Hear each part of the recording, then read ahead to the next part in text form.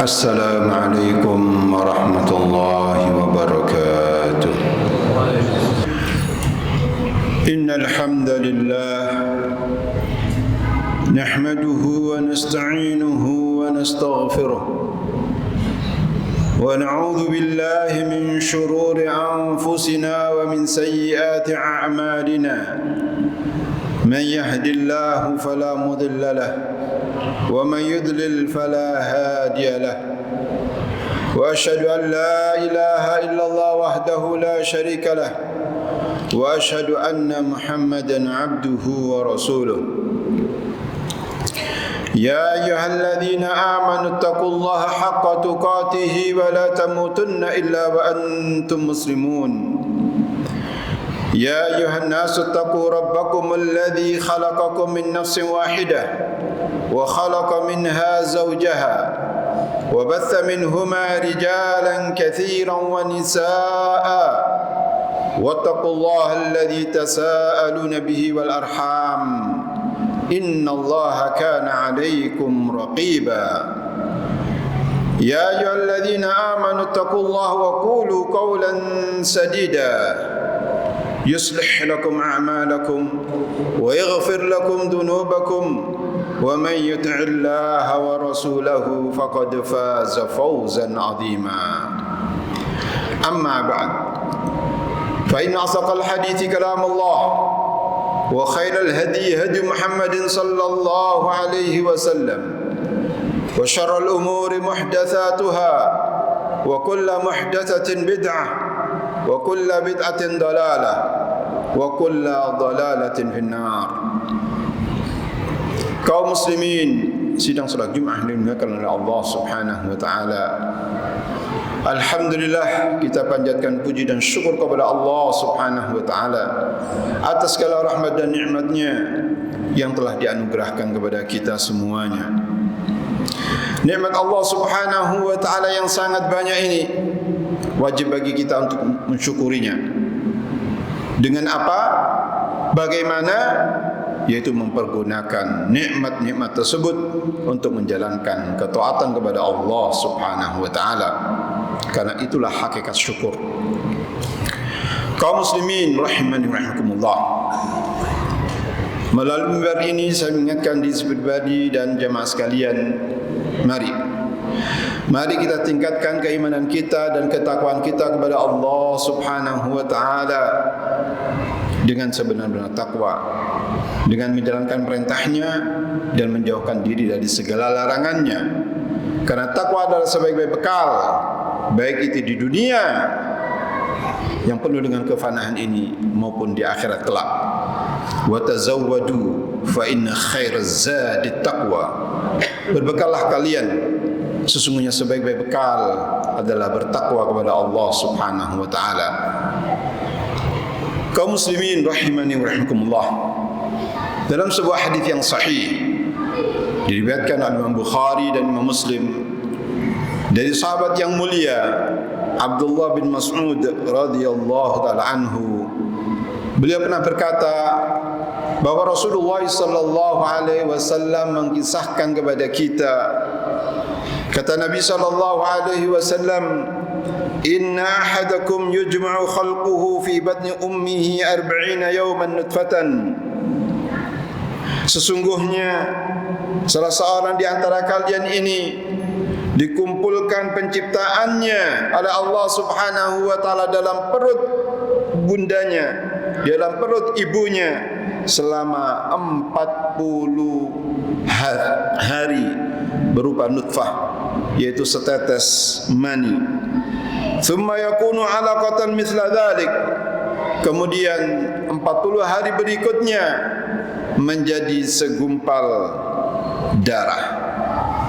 Thumma yakunu mudghatan mithla dhalik. Kemudian 40 hari berikutnya menjadi segumpal daging. Thumma yursalu ilaihil malaku. Kemudian dikirimlah oleh Allah Subhanahu wa taala malaikat, fayanfukhu fihi ruha, lalu malaikat itu meniupkan rohnya atas perintah Allah Subhanahu wa taala, wa yu'maru bi arba'i kalimatin, lalu malaikat itu diperintahkan untuk menulis 4 hal. Bikatbi rizkihi wa ajalihi wa amalihi wa syaqiyyun aw sa'idun. Malaikat itu diperintahkan untuk menulis 4 poin. Poin yang pertama adalah tentang rezekinya. Poin yang kedua adalah tentang ajalnya.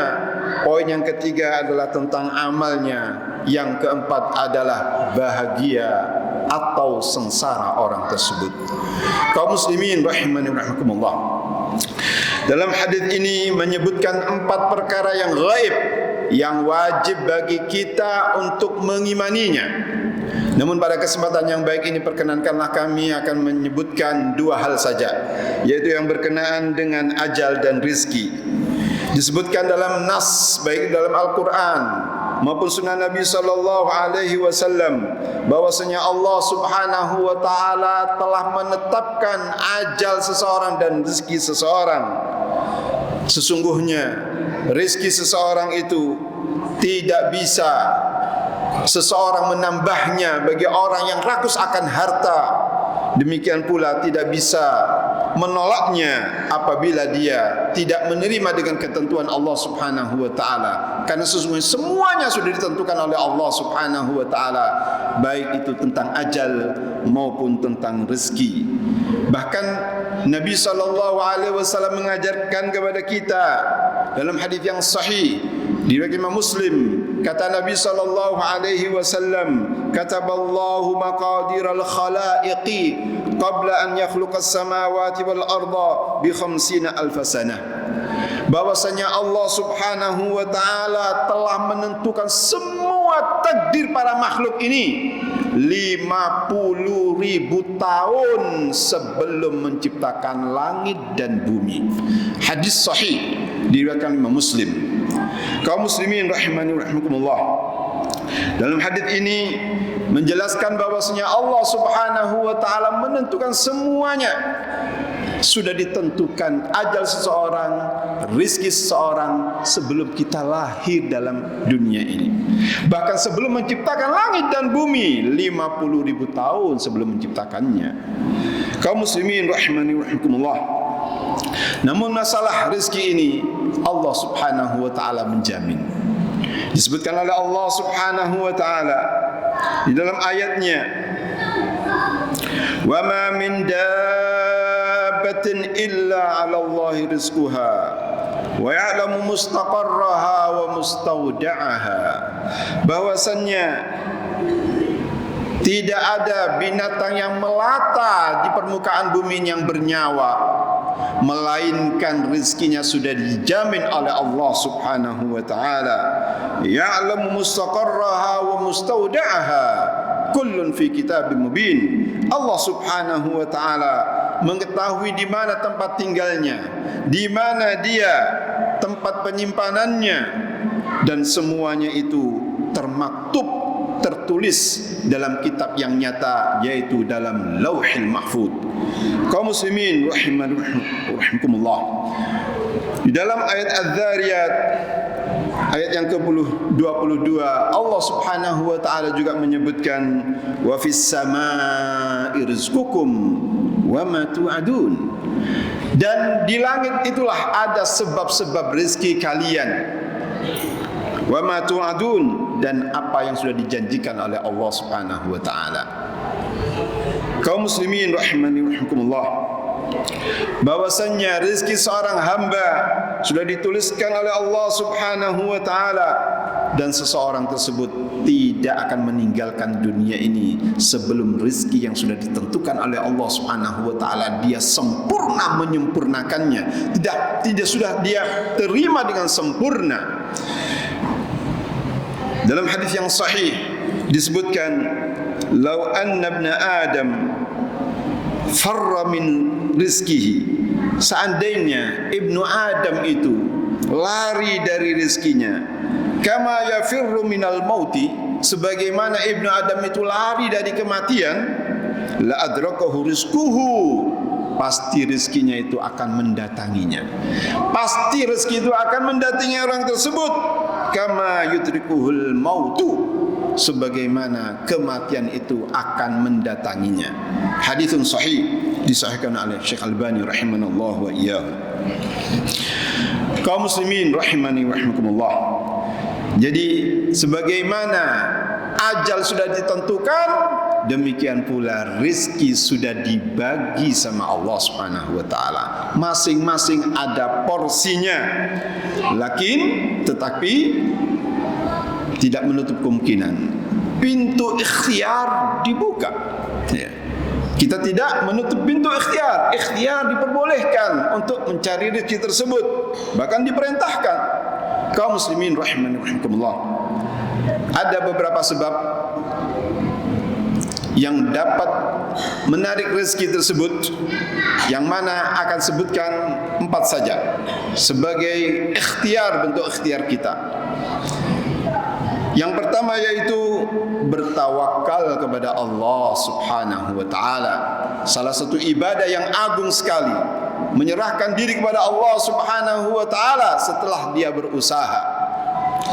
Allah Subhanahu wa taala menyebutkan dalam hadis yang sahih, disebutkan, kata Nabi sallallahu alaihi wasallam, "Lau annakum tatawakkaluna 'ala Allahi haqqa tawakkulihi." Seandainya kalian bertawakal kepada Allah Subhanahu wa taala sebenar-benar tawakal, la razaqakum kama yarzuqut tayra, pasti Allah Subhanahu wa taala akan memberikan rezeki sebagaimana Allah Subhanahu wa taala memberikan rezeki kepada seekor burung. Tagdu himasan wa taruhu bitanan. Perhatikan bahwasanya burung tadi itu keluar dari sangkarnya dalam keadaan kosong perutnya. Wa taruhu bitanan, dan pulangnya dia kenyang perutnya dengan makanan. Maka janganlah kita kalah dengan seekor burung yang tawakalnya luar biasa. Dia keluar dari sangkarnya mencari makanan, dan pulangnya di sore hari dia penuh dengan makanan perutnya, sudah kenyang. Kaum muslimin rahimani wa rahimakumullah. Namun perlu diperhatikan bahwasanya seorang hamba tidak mencari rezeki kecuali rezeki yang halal dan menjauhkan diri dari yang haram. Kaum muslimin rahimani wa rahimakumullah. Poin yang kedua sebagai kiat ikhtiar untuk menggapai rezeki yang telah ditentukan oleh Allah Subhanahu wa taala, yaitu istiqamah di atas syariat Allah Subhanahu wa taala. Sebenarnya disebutkan oleh Allah Subhanahu wa taala dalam surah Jin ayat yang ke-16, "Wallaw istaqamu 'ala tariqati la asqainahum ma'an ghadaqa." Seandainya mereka itu istiqamah, jalan berdiri dan lurus, berjalan di atas jalan yang lurus, la asqainahum ma'an ghadaqa, mereka pasti kami akan curahkan kepada mereka air yang cukup. Demikian pula Allah Subhanahu wa taala menyebutkan dalam ayat yang sering kita dengar dalam surat At-Talaq, kata Allah Subhanahu wa taala, "Wa man yattaqillaha yaj'al lahu makhraja wa yarzuqhu min haitsu la yahtasib." Barang siapa yang bertakwa kepada Allah Subhanahu wa taala dengan menjalankan perintahnya dan menjauhkan diri dari segala larangannya, kata Allah Subhanahu wa taala, yaj'al lahu makhraja. Allah Subhanahu wa taala akan memberikan kepada orang tersebut makhraj, jalan keluar, solusi. Dalam kehidupannya ada kesulitan, tapi tatkala dia berbekal dengan ketakwaan sama Allah Subhanahu wa taala, Allah Subhanahu wa taala akan memberikan jalan keluarnya. Bukan itu saja, wa yarzuqhu min haitsu la yahtasib. Allah Subhanahu wa taala akan memberikan kepada dia rizki yang tidak disangka-sangka. Kapan hal itu datang? Baik itu solusi tatkala dia menghadapi masalah, dan rizki yang tidak disangka-sangka itu datang. Kapan datang? Tatkala kita memenuhi persyaratannya. Wa man yattaqillah, barang siapa yang bertakwa kepada Allah Subhanahu wa taala, menjalankan perintahnya dan menjauhi dari segala larangannya, Allah Subhanahu wa taala akan menjanjikan dua hal tadi itu, yaitu akan memberikan jalan keluar dan juga memberikan rezeki yang tidak disangka-sangka. Aqulu qouli hadza wa astaghfirullah li wa lakum wa lisa'il muslimin wastaghfiruh innahu wal ghafurur rahim.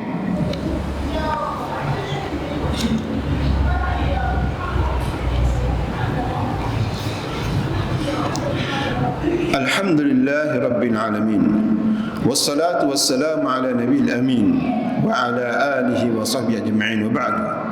Kaum muslimin rahimani rahimakumullah, di antara kiat yang ketiga menggapai rezeki yang telah ditentukan oleh Allah Subhanahu wa taala, yaitu untuk continue beristighfar dan bertaubat kepada Allah Subhanahu wa taala.